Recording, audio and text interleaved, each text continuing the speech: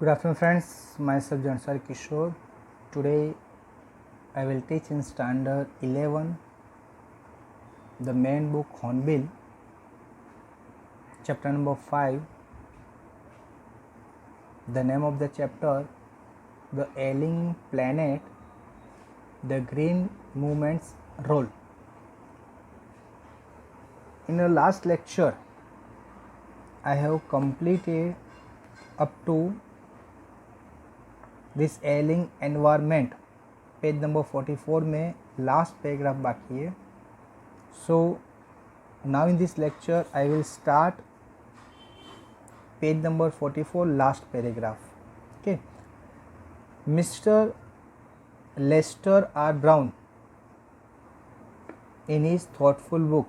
तो mister Lester R Brown उन्होंने अपनी थॉटफुल बुक में, थॉटफुल बुक यानी उनकी थॉट जो थी उन्होंने वो एक बुक में मेंशन करी थी. वो बुक में द ग्लोबल इकोनॉमिक प्रोस्पेक्ट, उन्होंने ग्लोबल इकोनॉमिक प्रोस्पेक्ट के बारे में लिखा है. पॉइंट्स आउट, उन्होंने पॉइंट्स आउट किया that the earth principal biological system are for fisheries, forest, grassland and croplands. तो उन्होंने बताया कि भाई ये जो अर्थ है, अर्थ के जो प्रिंसिपल है वो बायोलॉजिकल सिस्टम, उसके 4 पार्ट है. एक फिशरिंग है, फॉरेस्ट है, ग्रासलैंड है और क्रॉपलैंड है.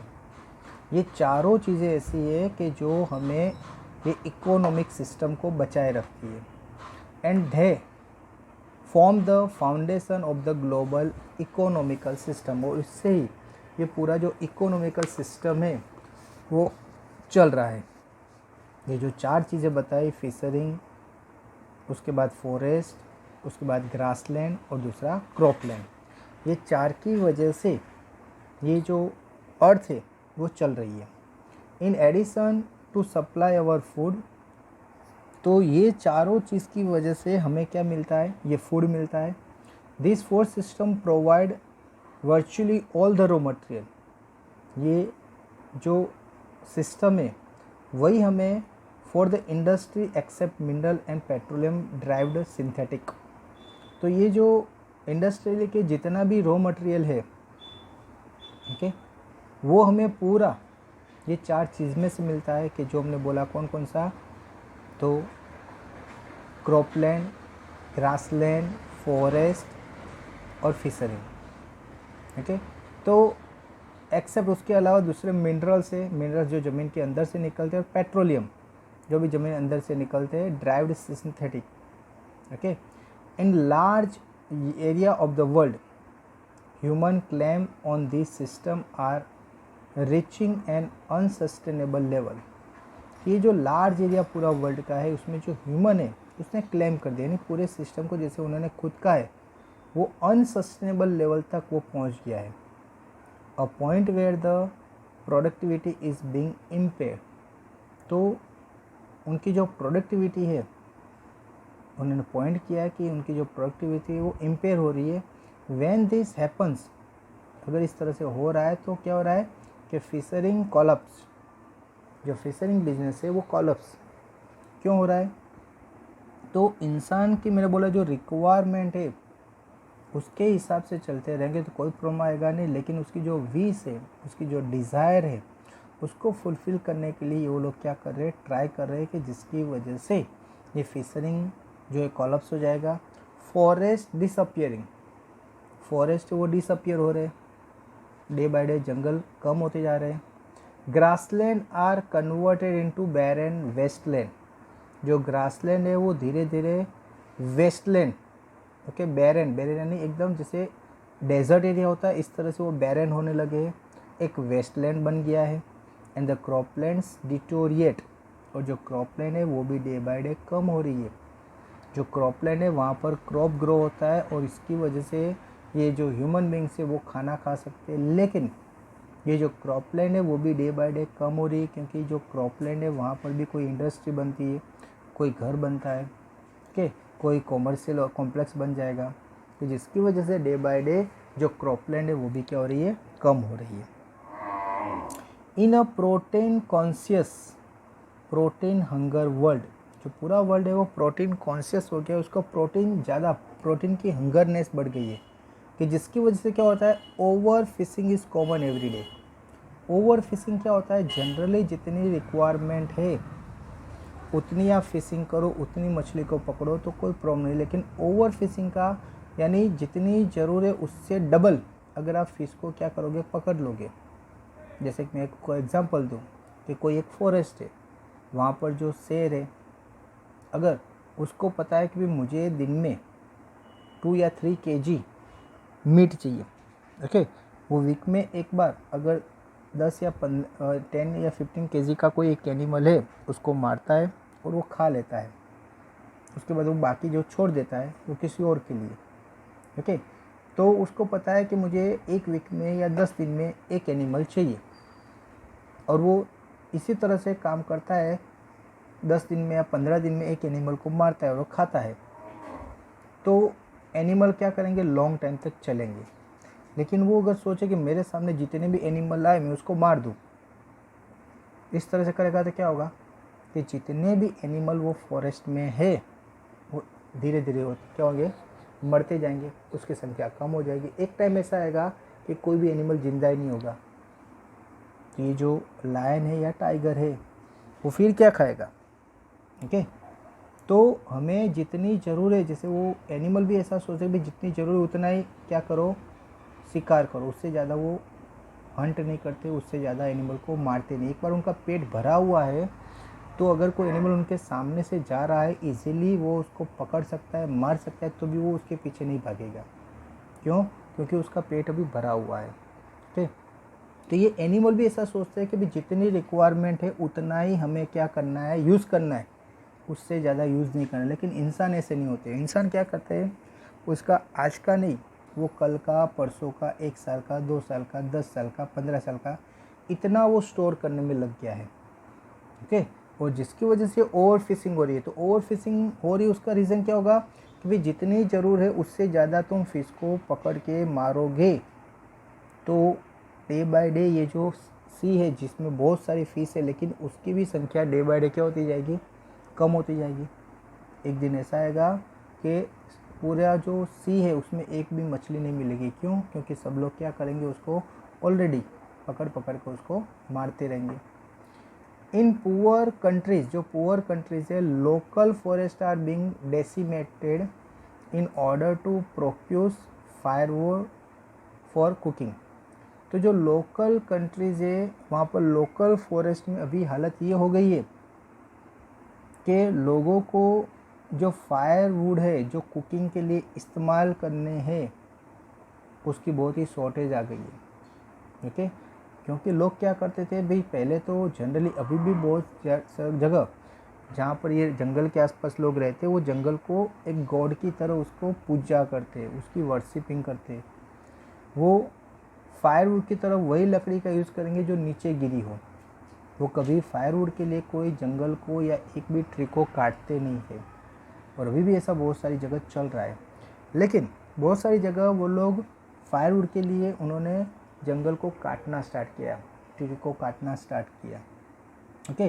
दूसरा, आज के लिए नहीं, वो क्या सोचे, मैं गया हूँ तो मैं ज़्यादा से ज़्यादा क्या करूँ, लकड़ी को काटूँ। एक ट्री की ज़रूर है कि एक ट्री उसको काट के समझ लो उसको 1 महीने तक चलने वाली है, वो एक साथ 2-3 ट्री को काट देगा। इससे सब लोग करेंगे तो पूरे ट्रीज़ क्या हो जाएंगे, बर्बाद हो जाएंगे। पूरा जो फॉरेस्ट है वो क्या हो जाएगा, वो पूरा फॉरेस्ट है वो एक भी ट्री उसमें दिखेगा नहीं, ऐसी हालत हो जाएगी। In some places firewood has become so expensive that what's go under the pot now cost more than what goes inside it, okay. तो इसकी वजह से बहुत सारे जो फॉरेस्ट है वो भी डिसअपीयरिंग हो रहे हैं। जो फायरवुड है अभी फॉरेस्ट नहीं है तो उसको लकड़ी कहीं मिलेगी नहीं। उनको उसकी वैल्यू पता चले कि ये लकड़ी की वैल्यू बहुत ज़्यादा महंगी हो गई, उसको पैसे दे कर भी ख़रीदना पड़ेगा फायरवुड। और वो उसकी कॉस्ट इतनी बढ़ गई है कि जो अगर वो फायरवुड का यूज़ करके जो उसने पकाने के लिए एक पोट में एक खाना रखा है उसकी जितनी कॉस्ट है उससे ज़्यादा कॉस्ट ये फायरवुड की हो जाती है, ओके। फायरवुड की कॉस्ट इतनी ज़्यादा हो जाती है कि जो पोर्ट में खाना बन रहा है उससे भी ज़्यादा हो जाएगी। तो उससे क्या होगा कि इंसान ये लकड़ी खरीद भी नहीं पाएगा, ऐसी हालत हो जाएगी।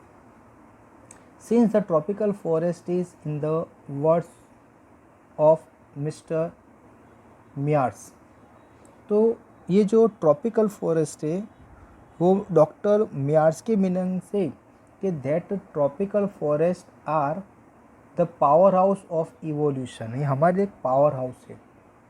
तो ट्रॉपिकल फॉरेस्ट हमारे एक पावर हाउस का काम करते हैं। पावर हाउस मीन्स हमें जो लाइट देता है, जो एक रोशनी देता है। तो ट्रॉपिकल फॉरेस्ट हमारे लिए एक रोशनी देता है, ऐसा एक पावर हाउस है। ठीक है, और ये अगर रहेगा तो हमें कभी भी लाइट की, हमें कभी भी पावर की कमी नहीं महसूस होगी। ठीक है, several species of life face extinction as a result of its destruction.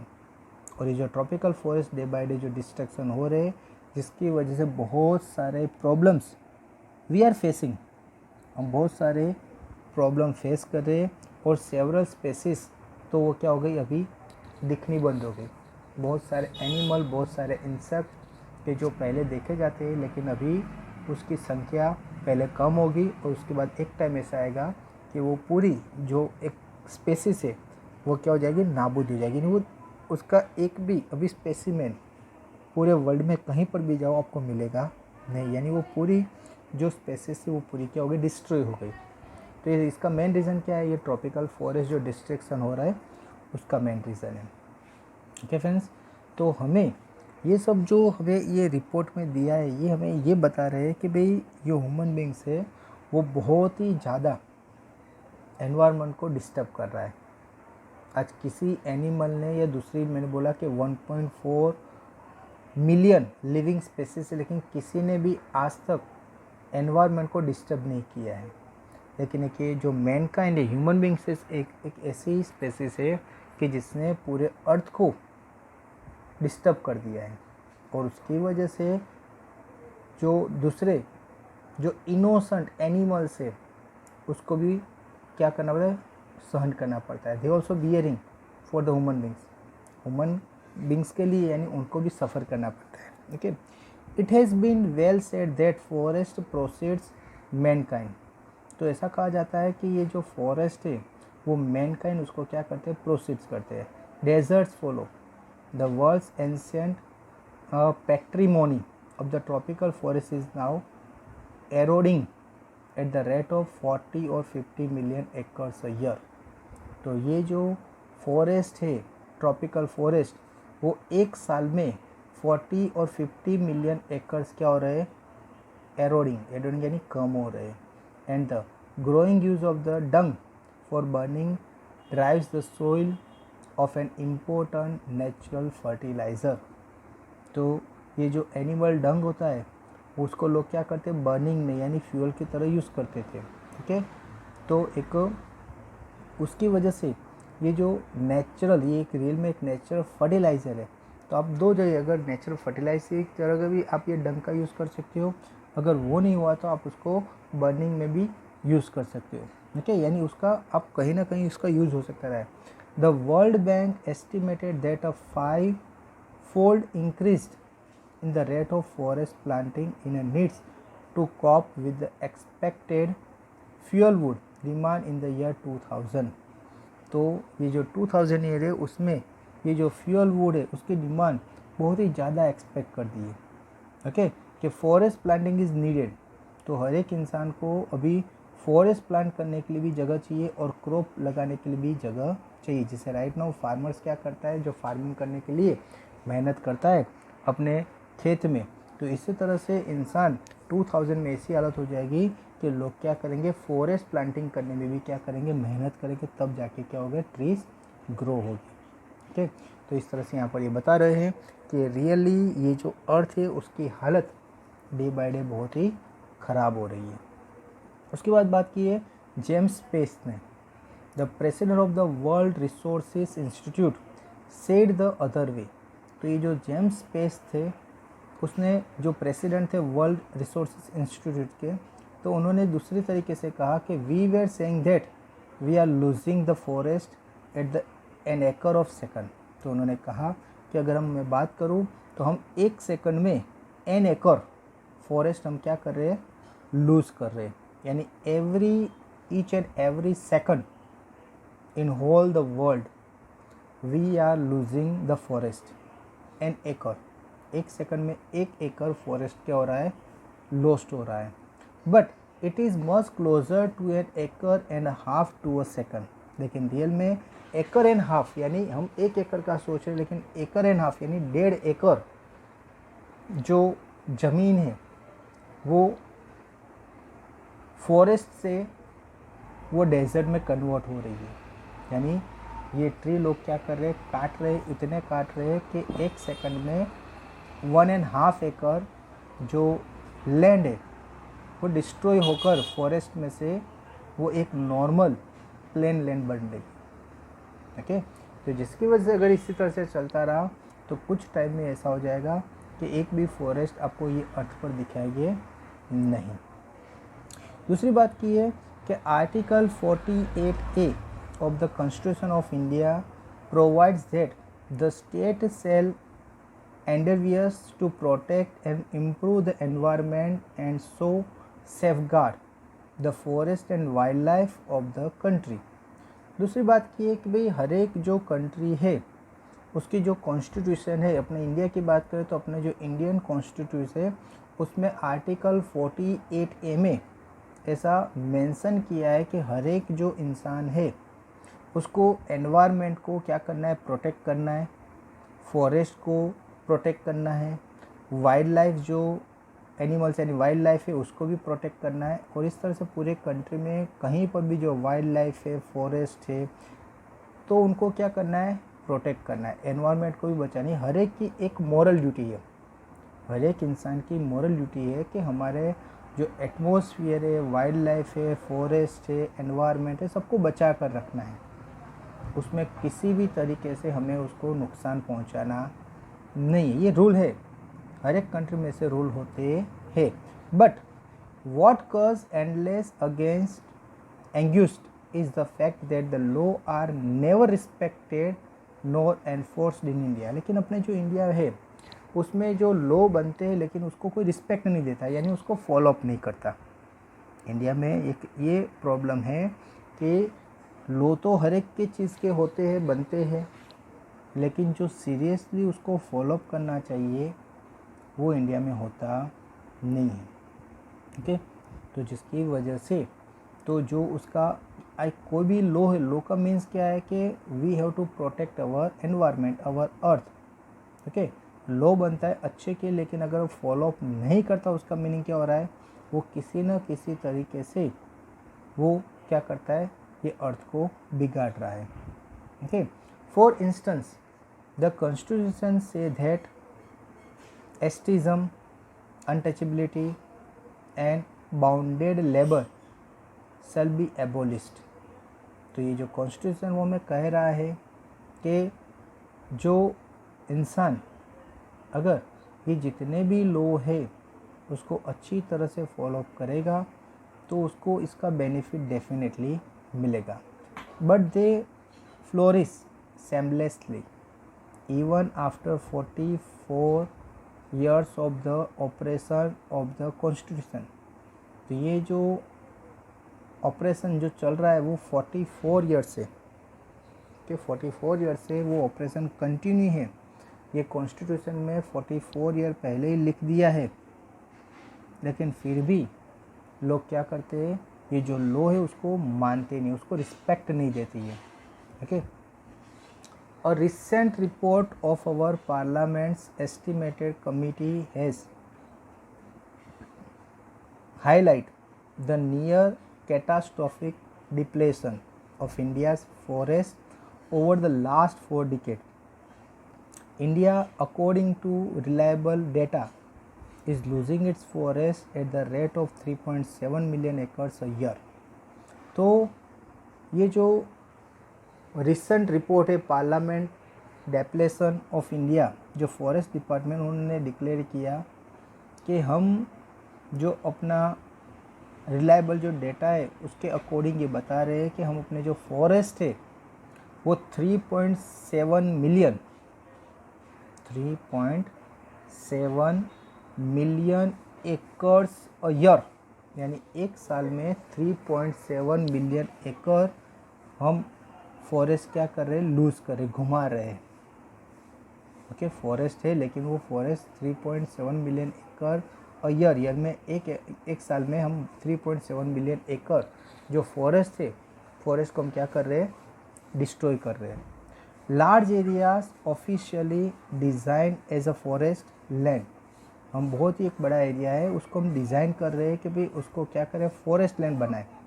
Okay, लोग ट्राई कर रहे हैं कि हम फॉरेस्ट बनाए, लेकिन एक बार जो ट्री कट गया उसको ग्रो होने में दूसरे 50 साल लग जाते हैं। Okay, are already virtually treeless, वो बहुत सारी जगह हम ट्राई कर रहे थे कि उसको हम क्या करें, फिर से डिज़ाइन करें, फिर से फॉरेस्ट लैंड बनाए, लेकिन वो एरिया अभी कैसा हो गया है, ट्रीलेस हो गया, यानी वहाँ पर ट्री नहीं है।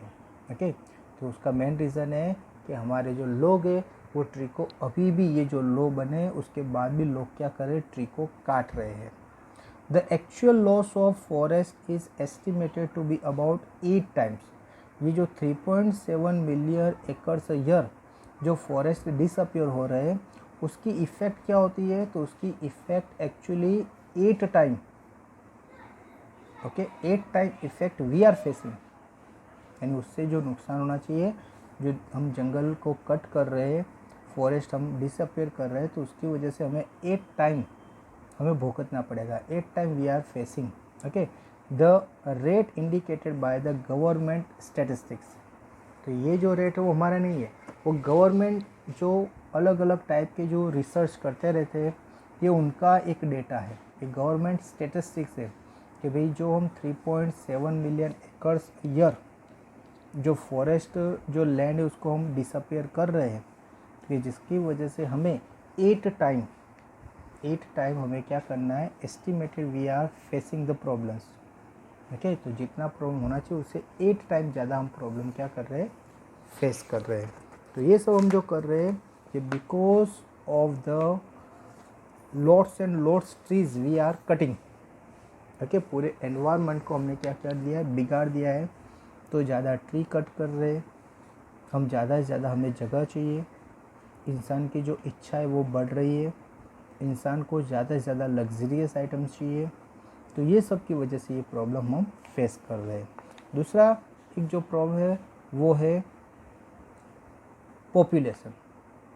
तो ये जो मेन जो समस्या है उसमें ये जो इम्पोर्टेंट पॉइंट है वो है पॉपुलेशन, क्योंकि पॉपुलेशन जितनी बढ़ती जाएगी उतनी इंसान की जो रिक्वायरमेंट है वो बढ़ती जा रही है, और रिक्वायरमेंट को फुलफ़िल करने के लिए जो ग्रास लैंड है, फॉरेस्ट है, क्रॉप लैंड है, वो धीरे धीरे वो इंडस्ट्री एरिया में, रेसिडेंशियल एरिया में कन्वर्ट हो रहा है, कि जिसकी वजह से ग्रास लैंड कम हो रही है, क्रॉप लैंड कम हो रही है।